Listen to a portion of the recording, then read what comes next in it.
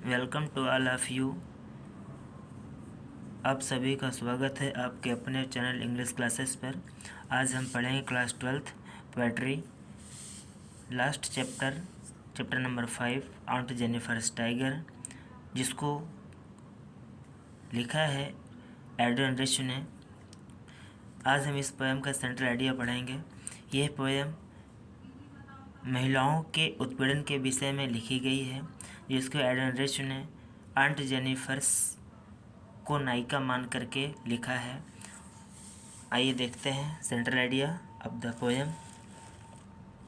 कविता का केंद्रीय विचार क्या है, कविता का मुख्य विचार क्या है, आइए हम देखते हैं। इन दिस पोएम, इस कविता में the poetess Adrienne Rich discusses about the issue of male dominance and how it can control a women's body but not mind. इस कविता में कवियत्री एड्रियन रिच चर्चा करती हैं, बताती हैं पुरुष प्रभुत्व के मामले के विषय में, कैसे पुरुष का प्रभुत्व है और उसका प्रभाव कैसा है। And how it can control a women's body but not mind, और किस प्रकार से यह किसी महिला के शरीर को नियंत्रित कर सकता है लेकिन उसके दिमाग को नियंत्रित नहीं कर सकता।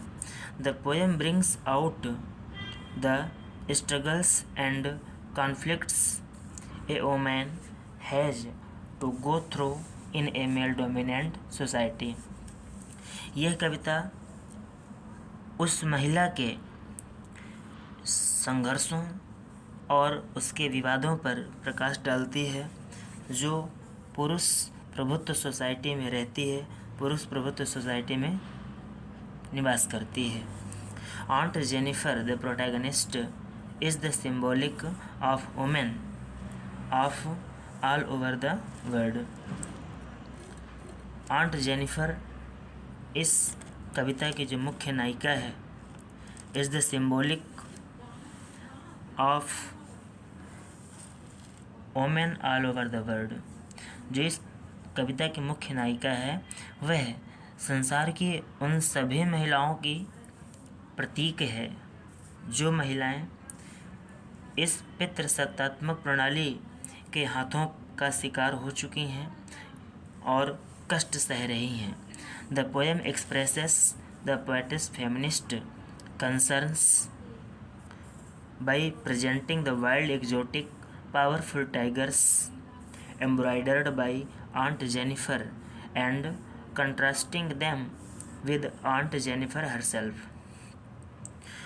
कविता कवियत्री के स्त्रीत्व चिंताओं के विषय को प्रकाशित करती है, उनको अभिव्यक्त करती है bye presenting the wild exotic, जो जंगली हैं और आकर्षक हैं, शक्तिशाली चीते हैं जो आंट जेनिफर के द्वारा कसीदा किए गए हैं, बनाए गए हैं, डिजाइन किया गया है उनको। And contrasting them with Aunt Jennifer herself, और उन चीतों को आंट जेनिफर से खुद तुलना करती है कवियत्री।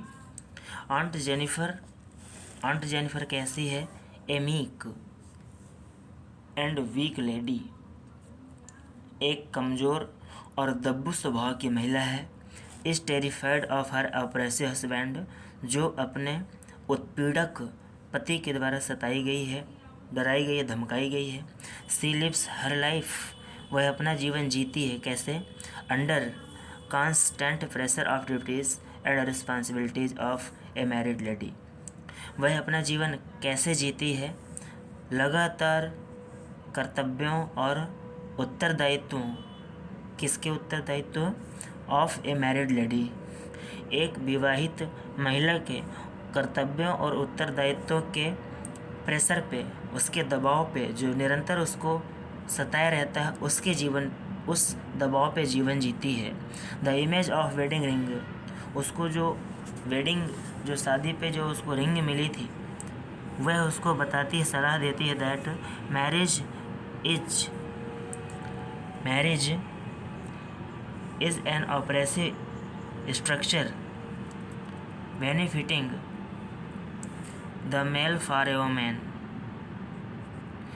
Marriage is an oppressive structure benefiting the male for a mail.